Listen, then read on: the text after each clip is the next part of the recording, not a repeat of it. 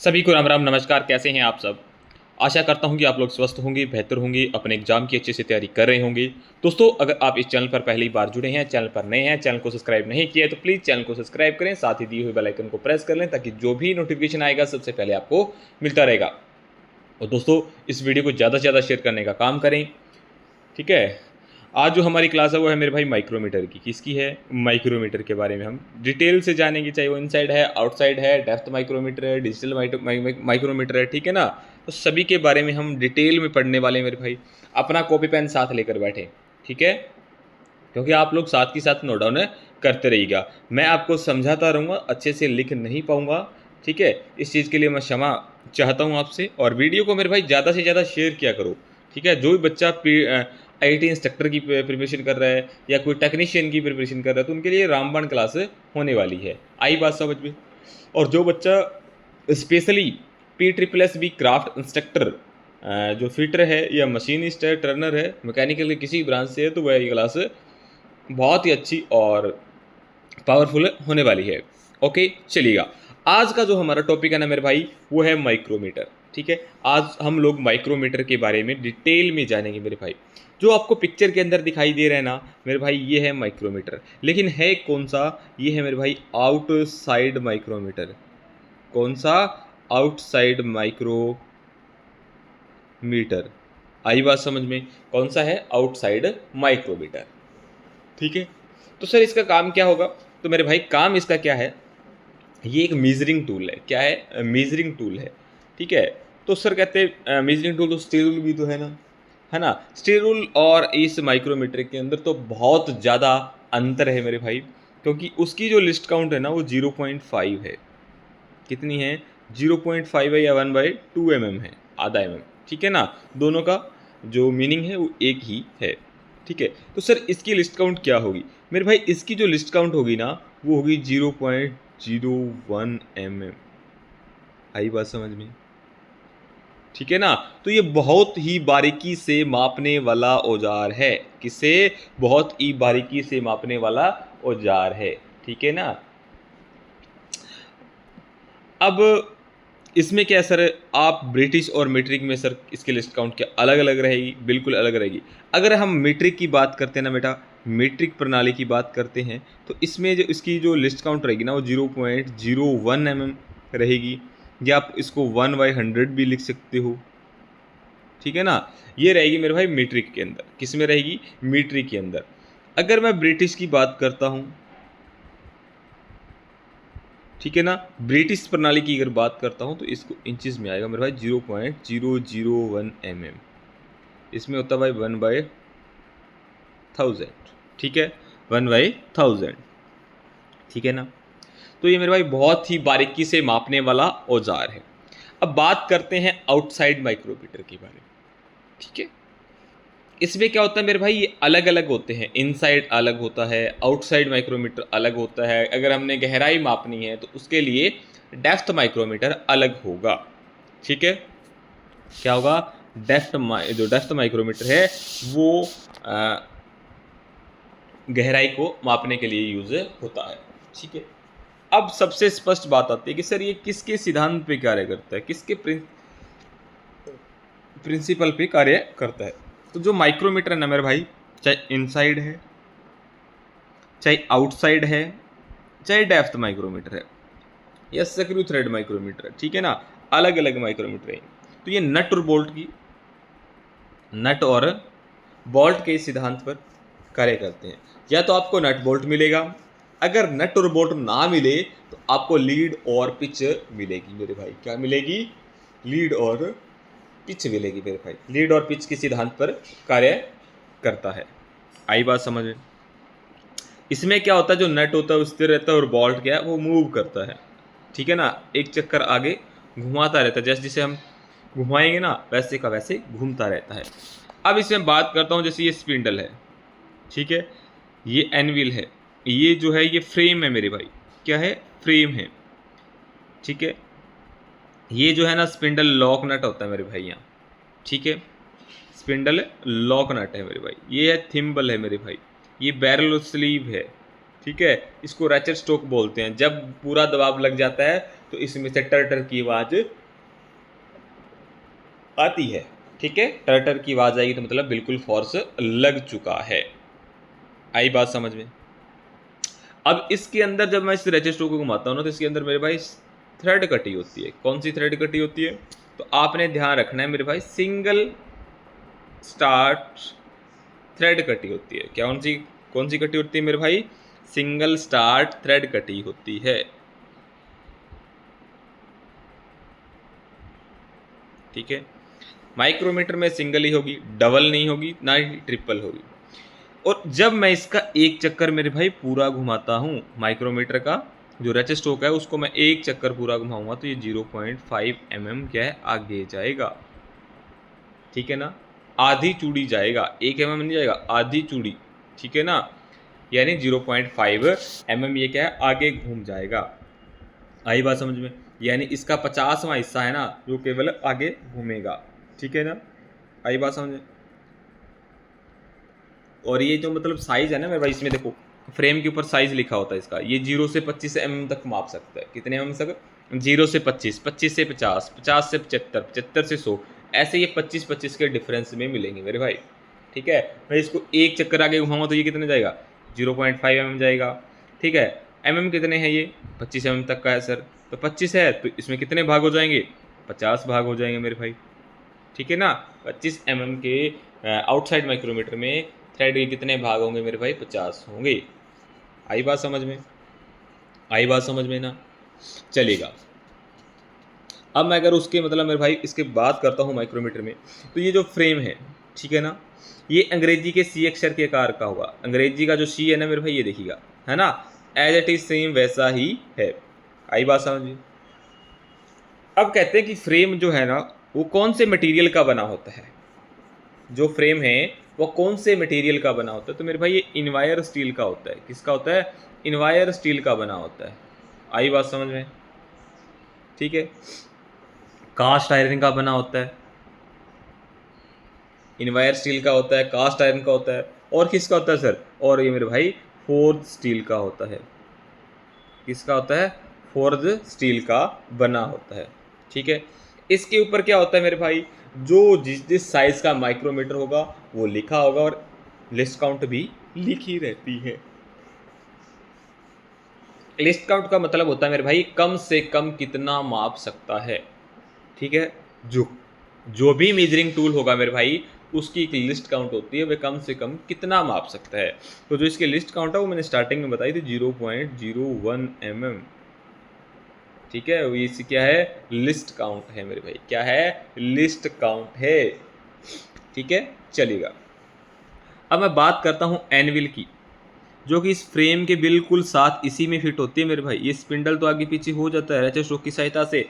ठीक है ना, रेचर स्ट्रोक को मैं अगर ओपन करूँगा या क्लोज करूँगा तो ये आगे पीछे होगा। अब मैं बात करता हूँ एनविल की, तो मेरे भाई फ्रेम है ना, ये जो फ्रेम है इसके एक सिरे पे एक एनविल लगी होती है। ठीक है, ये एनविल है ना, ये मेरे भाई इनवायर स्टील की बनी होती है। ये एनविल किसकी बनी होती है? इनवायर स्टील की बनी होती है। और इसके जो फेस होते हैं ना एनविल के, वो कार्बाइड के होते हैं। ठीक है ना, जो इसके फेस होते हैं वो कार्बाइड के होते हैं। कार्बाइड के मेरे भाई इसलिए होते हैं ताकि एनविल का फेस और स्पिंडल का फेस ये दोनों कार्बाइड के होते हैं, ताकि मैं इनके बीच में कोई पार्ट का माप लूँ तो ये बार बार देखो, ऐसा तो है नहीं कि हमने एक बार इसका यूज़ किया, ठीक है, उसके बाद यूज़ नहीं होगा। इसका तो बार बार यूज़ होगा, है ना। तो अगर मैं कोई पार्ट को बार बार चेक करूँगा, है ना, तो वो क्या है, इसके जो फेस हैं वो घिसे ना, इसीलिए ये कार्बाइड के बने होते हैं। ठीक है, चलेगा। अब बात करते हैं मेरे भाई स्पिंडल की। ठीक है, सारे पार्ट्स को एक एक पॉइंट टू पॉइंट बताऊंगा मेरे भाई, आप लोग नोट करते जाना, आप जिंदगी के अंदर माइक्रोमीटर नहीं भूलोगे। ठीक है ना, स्पिंडल देखिएगा, जो माइक्रोमीटर का जो स्पिंडल है ना मेरे भाई, ठीक है, ये भी इनवायर स्टील का बना होता है। किसका बना होता है? इनवायर स्टील का बना होता है। ठीक है, जो इसका फेस है वो कार्बाइड का होता है, मैंने बता दिया आपको। ठीक है ना, किसका बना होता है? कार्बाइड का बना होता है। आई बात समझिए। एनविल के ऊपर है ना बाहरी चूड़ियाँ कटी होती है मेरे भाई, एक्सटर्नल थ्रेड कटी होती है। आई बात समझे? ठीक है ना। और स्पिंडल, जो स्पिंडल का जो दूसरा सिरा होता है ना, उस पर टेपर नोज फिट रहती है मेरे भाई। क्या रहती है? टेपर नोज फिट रहती है, जो स्पिंडल को क्या है, सीध में रखती है। ठीक है ना, टेपर नोज का काम क्या है, स्पिंडल को सीध के अंदर रखेगा, ठीक है ना, आई बस में। और जो बिल्कुल उसको मतलब स्पिंडल को सीध में रखेगी तो उसमें क्या है मेरे भाई, एरर आने की संभावना बहुत कम रहती है, ठीक है। और इससे क्या होता है, एक जो थिम्बल होती है ना, जो ये थिम्बल है, इसको क्या मिलती है मेरे भाई, पोजीशन प्रदान करता है। आई बात समझ में। तो ये है मेरे भाई स्पिंडल। ओके चलिएगा, इनके जो मेरे भाई मटेरियल हैं, ठीक है, और जो चीज़ें मैं इनकी पॉइंट टू पॉइंट करवा रहा हूँ ये सारी की सारी नोट कर लेना, यहाँ से ज़रूर क्वेश्चन पूछा जाएगा, 101% पूछा जाएगा मेरे भाई, ठीक है। उसके बाद आता है मेरे भाई लॉक नट, ये वाला, ठीक है ना। क्या आता है मेरे भाई, लॉक नट, ठीक है। लॉक नट है क्या है मेरे भाई, हमने कोई साइज लिया, ठीक है, वो साइज जो लिया है वो साइज एग्जैक्ट वहीं रहे, उस साइज को वहीं लॉक कर दें, तो उसको बोलते हैं मेरे भाई लॉक नट। क्या क्या बोला जाता है मेरे भाई, लॉक नट है। और इसके बाहर से क्या क्या किया जाता है मेरे भाई, नर्लिंग किया जाता है, ठीक है। और लॉक का काम होता है स्पिंडल को जाम करना, स्पिंडल को रोकना मेरे भाई। आई बात समझ में, चलेगा। अब इसके बाद अगर बात करता हूं तो मेरे भाई स्लीव, स्लीव बोल सकते हैं, बैरल बोल सकते हैं इसको, ठीक है ना, हब बोल सकते हैं, ठीक है ना। स्लीव को क्या बोल सकते हैं, हब बोल सकते हैं, बैरल बोल सकते हैं, ठीक है। एक ही पॉइंट के कितने नाम हो गए, 3 हो गए। जो माइक्रोमीटर होता है ना मेरे भाई, इसके अंदर क्या है, इसके अंदर जो स्लीव होती है वो अंदर से खोखली होती है, क्या होती है, खोखली होती है, मतलब पाइप के आकार की होती है, ठीक है ना। और इसके अंदर क्या होता है, सिपलेट चूड़ियाँ कटी होती है। कौन सी चूड़ियाँ, सिपलेट चूड़ियाँ कटी होती है। और बाहर से क्या होता है, टेपर, बाहर से क्या होता है, टेपर थ्रेड कटी होती है, ठीक है। स्लीव के बाहर डटम लाइन और ग्रेजुएशन अंकित होती है, जिससे हम क्या है, माप को पढ़ेंगे मेरे भाई, ठीक है ना। कितने खुला है, क्या इसका साइज है, इसको बोलते हैं मेरे भाई क्या टेपर थ्रेड नट का प्रयोग किया जाता है मेरे भाई। और स्लीव के बाहर जिसको डेटम लाइन और ग्रेजुएशन अंकित होती है, जिसकी सहायता से हम क्या है, माप पढ़ सकते हैं, क्या पढ़ सकते हैं, माप पढ़ सकते हैं। आई बात समझ में, चलेगा। उसके बाद अगर बात करता हूँ मेरे भाई थिम्बल की, क्या है, ये है मेरे भाई थिम्बल, ठीक है। क्या है, थिम्बल। माइक्रोमीटर है ना मेरे भाई, माइक्रोमीटर का जो स्पिंडल है, ठीक है, उसके ऊपर थिम्बल फिट होती है मेरे भाई, ठीक है। जो माइक्रोमीटर का स्पिंडल है इसी के ऊपर क्या है, ये थिम्बल फिट होती है, ठीक है। और जो इसका एक किनारा होता है ना, वेवल एज होता है, ठीक है, ये देखिएगा, ठीक है, यहाँ नर्लिंग की होती है मेरे भाई। आई बात समझ में, क्या होता है, वेवल एज होता है, ठीक है। और थिम्बल के एक भाग की जो दूरी आती है ना मेरे भाई, एक पॉइंट मतलब एक भाग की, यानी एक पार्ट की जो दूरी आती है, वही माइक्रोमीटर की क्या होती है, लिस्ट काउंट होती है मेरे भाई। आई बात समझ में। एक चीज़ और ध्यान रखना, थिम्बल के जो बाहरी बाहरी परत होती है उसके ऊपर क्या है मेरे भाई, नर्लिंग की होती है। इस चीज़ को मेरे भाई नर्लिंग बोलते हैं, ठीक है, इस चीज़ को नर्लिंग बोलते हैं मेरे भाई। आई बात समझ में, चलेगा। अब बात है मेरे भाई रैचेट स्टोक की, किसकी है, रैचेट स्टोक की, ठीक है ना। रैचेट स्टोक, इसका काम क्या है मेरे भाई, इसको स्पिंडल को आगे लेकर जाना और पीछे लेके जाना, ठीक है। इस पे हम क्या, इसको घुमाएंगे, ठीक है, और जो भी हमने पार्ट मापना उसके नज़दीक लेके जाएंगे। जब उस पर पूरा फोर्स लग जाएगा तो इसमें से क्या है मेरे भाई, टर टर की आवाज़ आएगी। इसके बाद दबाव और नहीं देना चाहिए हमें, ठीक है ना, नहीं तो ये रैचेट स्टोक क्या है, ख़राब हो जाएगी। आई बात समझ में, आई बात समझ में, ठीक है। इसके मैं इंटरनल पार्ट्स दिखाऊँ आपको। इंटरनल पार्ट देखिएगा मेरे भाई, कुछ इस तरह के होंगे, ये देखिए, खोलने के बाद कुछ ऐसा होगा। ये है मेरे भाई टेपर नोज, ये क्या है, टेपर नोज। थिम्बल है, वॉशर है, मेरे रैचेट स्टोक है, स्पिंडल है मेरे भाई, ठीक है। ये थ्रेड जो कटी हुई है इसको बोलते हैं सिंगल स्टार्ट है थ्रेड मेरे भाई। आई बात समझ में। ये टेपर नट है मेरे भाई, ये जो ग्रेजुएशन की होती है मेरे भाई वो चीज़ है, ठीक है ना। आई बात समझ में।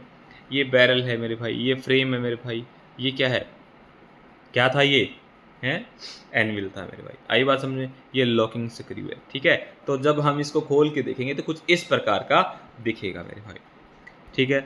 अब एक बात और आती है कि सेफ और अनसेफ माइक्रोमीटर किसे कहते हैं मेरे भाई, सेफ कौन सा है और अनसेफ कौन सा है मेरे भाई। तो इसमें सीधा सा है मेरे भाई, जिस माइक्रोमीटर की जो ये रैचेट स्टोक है ये काम करती है वो सेफ माइक्रोमीटर है, और जिसकी रैचेट स्टोक काम नहीं करती वो क्या है, अनसेफ माइक्रोमीटर है। क्योंकि इसकी रेचोस्टोक काम नहीं करती, तो इससे जो मैं माप लूँगा वो शुद्ध नहीं होगा। आई बात समझ में? और जिसकी रेचोस्टोक काम करती है तो उसका माप जो होगा वो एक्चुअल बिल्कुल एकदम सही होगा मेरे भाई। ठीक है, चलिएगा नेक्स्ट देखिएगा मेरे भाई, इसको बोलते हैं स्क्रू थ्रेड माइक्रोमीटर। क्या बोलते हैं मेरे भाई? Screw thread micrometer. क्या बोलते हैं? Screw thread micrometer. ठीक है, ये जो माइक्रोमीटर होता है ना मेरे भाई, है ना, इसके एनिवल और स्पिंडल के फेस है ना वो कोनिकल होते हैं, जो आपको दिखाई दे रहे हैं ये चीज़। ठीक है ना, ये एनिवल है, ये स्पिंडल है, तो इनके जो फेस है ना वो क्या होंगे? कोनिकल होंगे। और इनका जो यूज़ किया जाता है ना मेरे भाई, वो पिच डायामीटर मापने के लिए यूज़ होता है। पिच डायामीटर मापने के लिए इसका यूज़ होता है। स्पिंडल और एनिवल को कोनिकल्स है, और इनके मतलब कोण थ्रेड के मतलब स्टैंडर्ड के अनुसार होता है मेरे भाई। ठीक है ना, इसको हम चेंज कर सकते हैं। क्या कर सकते हैं? चेंज कर सकते हैं। ठीक है, और इसकी जो एनिवल है वो फिक्स भी हो सकती है और मूवेबल भी हो सकती है। आई बात समझ में? और जो पार्ट्स हैं मेरे भाई जो करवाए हैं आउटसाइड माइक्रोमीटर की, सेम वही रहेंगे, चाहे आप कोई भी माइक्रोमीटर उठा लीजिएगा। जैसे हब माइक्रोमीटर होता है, इसका जो फ्रेम होगा ना वो आयताकार होगा। ठीक है, हब माइक्रोमीटर का जो फ्रेम होगा वो आयताकार होगा।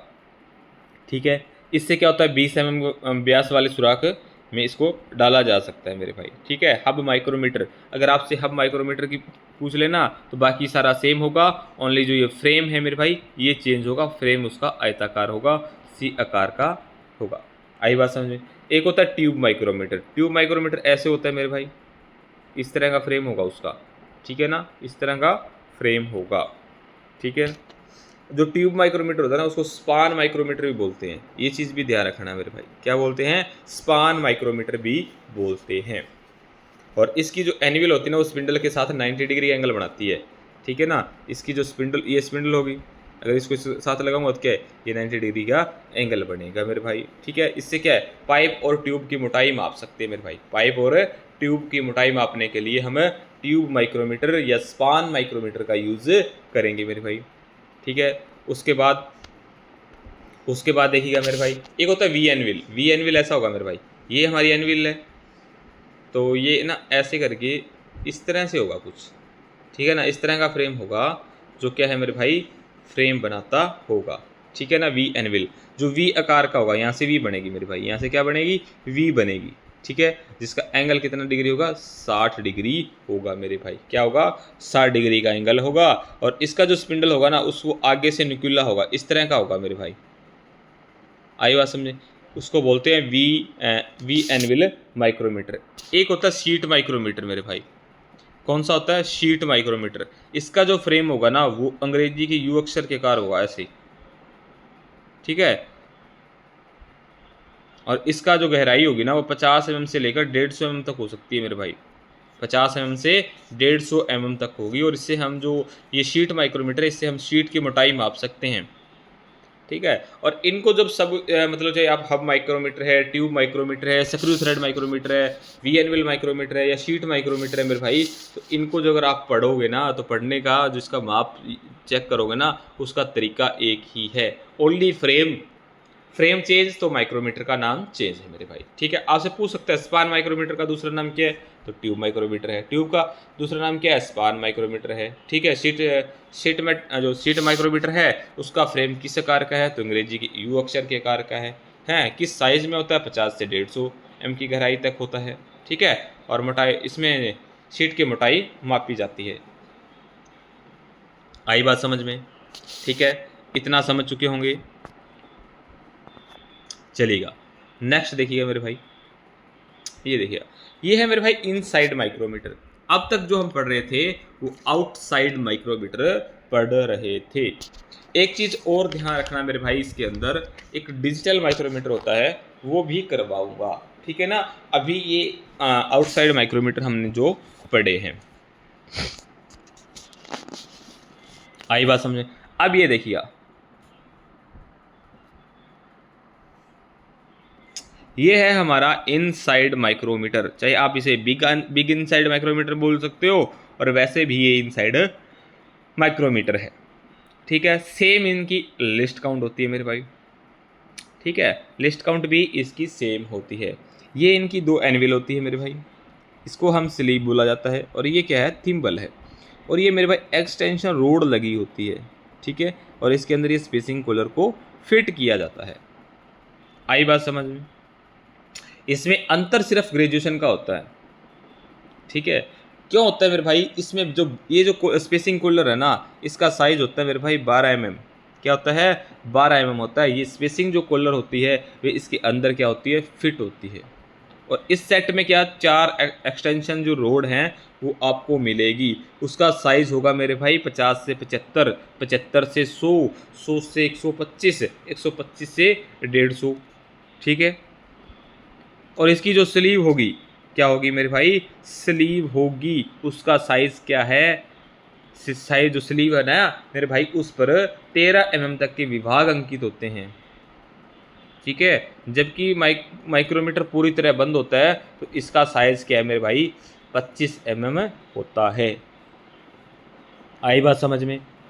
लेकिन क्या है, इसके बैरल के जो हम भाग खोलते हैं ना, किसके बैरल के जो हम भाग खोलते हैं उसका जो अधिकतम जो साइज़ खुलता है ना मेरे भाई 25 + 13, 25 + 13 कितना है, 38 खुलेगा मेरे भाई, ठीक है। आई बात समझ में? जो भी मेरे भाई अब इसके अंदर हम रोड फिट करेंगे, जो भी साइज़ आएगा उसके अंदर 12 mm हम क्या करेंगे मेरे भाई, ऐड करेंगे। क्या करेंगे, ऐड करेंगे, तो उसका एग्जैक्ट साइज होगा। आई बात समझ में? और इसमें हम हैंडल भी फिट कर सकते हैं, ठीक है। हैंडल फिट करेंगे तो इसमें क्या माप लेने में हमें आसानी रहेगी, सुविधा रहेगी मेरे भाई। आई बात समझ में? तो ये है मेरे भाई क्या है, इनसाइड माइक्रोमीटर। क्या है मेरे भाई, इनसाइड माइक्रोमीटर है, ठीक है। इनसाइड माइक्रोमीटर्स की मैं अगर अब फिट को करके आपको दिखाऊं तो ये कुछ इस तरह का दिखेगा मेरे भाई, ठीक है। क्या है, कुछ इस तरह का दिखेगा, ठीक है। ये इसमें क्या है, हैंडल है मेरे भाई, हैंडल फिट कर दिया। ये है लॉकिंग स्क्रू है, स्पेसिंग कॉलर ये फिट होगी, ठीक है। एक्सटेंशन रोड होगी, इसका ये एनविल हो गया, ठीक है। यह हैंडल स्क्रू का, ये कॉलर फिट होगी। इसका साइज़ कितना था, 12 mm। मान लो साइज़ आया हमारा 50 mm प्लस 12 mm कितना हो गया मेरे भाई, 62 mm, ठीक है ना, चलेगा। आई बात समझ में? अब इसके बाद अगर बात करूँ ना मेरे भाई, तो एक होता है अपना डिजिटल माइक्रोमीटर, ठीक है, जो आजकल यूज़ होता है मेरे भाई, डिजिटल आउटसाइड माइक्रोमीटर मेरे भाई, ठीक है। इसमें क्या है, इलेक्ट्रॉनिक्स डिजिटल डिस्प्ले काउंटर लगा होता है मेरे भाई, ठीक है ना। इस तरह का डिस्प्ले काउंटर लगा होगा, ठीक है। और जिसमें जीरो रीडिंग पर कहीं भी हम इसको सेट कर सकते हैं, जीरो रीडिंग पर हमें कहीं भी सेट कर सकते हैं इसको। और ये जो माइक्रोमीटर होगा ना, ये 2 प्रणालियों में मिलते हैं मेरे भाई, और रीडिंग को इसमें हम होल्ड कर सकते हैं, ठीक है। आई बात समझ में? और होल्ड करने के बाद भी हम इसको देख सकते हैं, ठीक है। और ये जो साधारण माइक्रोमीटर, आउटसाइड माइक्रोमीटर है, जो मैंने आपको पिक्चर में पीछे दिखाया है, जिसको हमने पढ़ा है, जिसके बारे में हमने जाना है, ठीक है, उसकी अपेक्षा ये थोड़ा सा महंगा आता है मेरे भाई, ठीक है। और ये लगभग 100 mm तक की साइज़ में उपलब्ध होते हैं, इससे ज़्यादा की साइज़ में नहीं मिलते मेरे भाई, ठीक है ना, नहीं मिलते। तो ये है मेरे भाई इनसाइड माइक्रोमीटर। क्या नाम है इसका, इनसाइड माइक्रोमीटर है। इसके बाद देखिएगा मेरे भाई डेप्थ माइक्रोमीटर। ये होता है मेरे भाई गहराई मापने के लिए। इसको मेरे भाई ऊपर वाले भाग को रेचर स्टोक बोल सकते हैं, कैप बोल सकते हैं। ये थिम्बल है, स्लीव है, लोकनट है, स्टोक है और स्पिंडल है। बाकी कुछ ज़्यादा पार्ट्स इसके क्या है मेरे भाई, चेंज नहीं है, लगभग सेम ही है। आई बात समझ में? अब डेप्थ माइक्रोमीटर का यूज़ किस लिए करते हैं मेरे भाई, कोई हमने ग्रूव मापना है, ग्रूव मापना है, स्लोट मापना है मेरे भाई, या हमने किसी भी सुराख की गहराई मापनी है। क्या है, गहराई मापनी है, तो इसका हम यूज़ कर सकते हैं, ठीक है ना, इसका यूज़ हम कर सकते हैं। आई बात समझ में?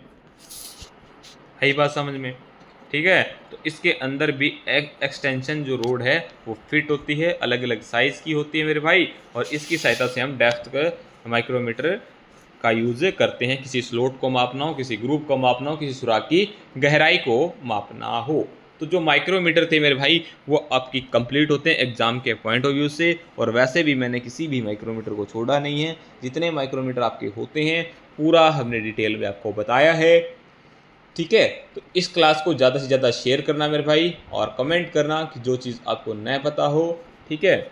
और कल की वीडियो क्लास में मैंने बोला था कि जो बच्चा जहाँ से वीडियो देख रहे हैं तो वो अपने शहर का, गांव का नाम ज़रूर कमेंट करें, ठीक है, ताकि हमें पता चले कि हमारी वीडियो कहाँ से कौन देख रहा है।